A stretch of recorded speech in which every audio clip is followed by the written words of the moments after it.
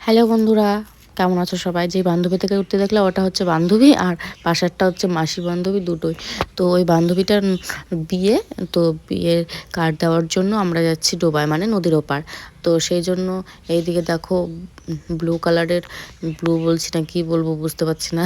তো ওই মাসিটা যাচ্ছে, নৌকা চালিয়ে নিয়ে যাচ্ছে, আর এদিকে আমরা ভয়েই তো কি করব না করব বুঝতে পারছি না, কারণ নদী ভরা জল, আরও মানে এত সাহস আমাদের বলে চালিয়েই নিয়ে চলবে। তো ঠিক আছে চলো।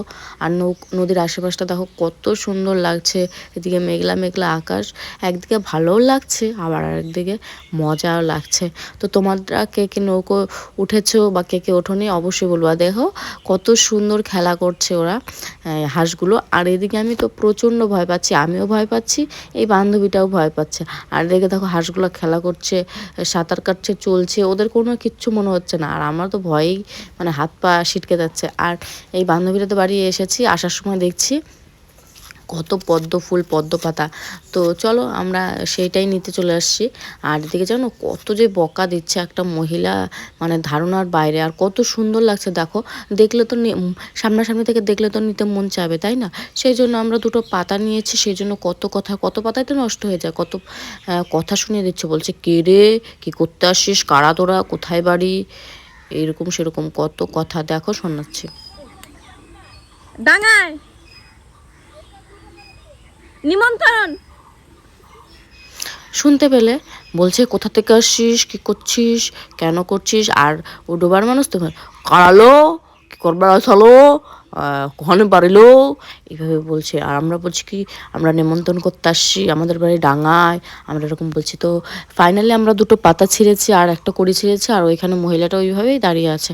তো ভয়ে আর ছিঁড়তে পারিনি। তো এইটাকে দেখিয়ে বলছে বান্ধবী, নাইটি পরা বান্ধবী, হলুদ কালারের, ও বলছে যে এটা থেকে দানা হয়, আর দানা থেকে গাছ হয়, এমনি ডালপালা পাতা পাতা টাতা থেকে গাছ হয় না।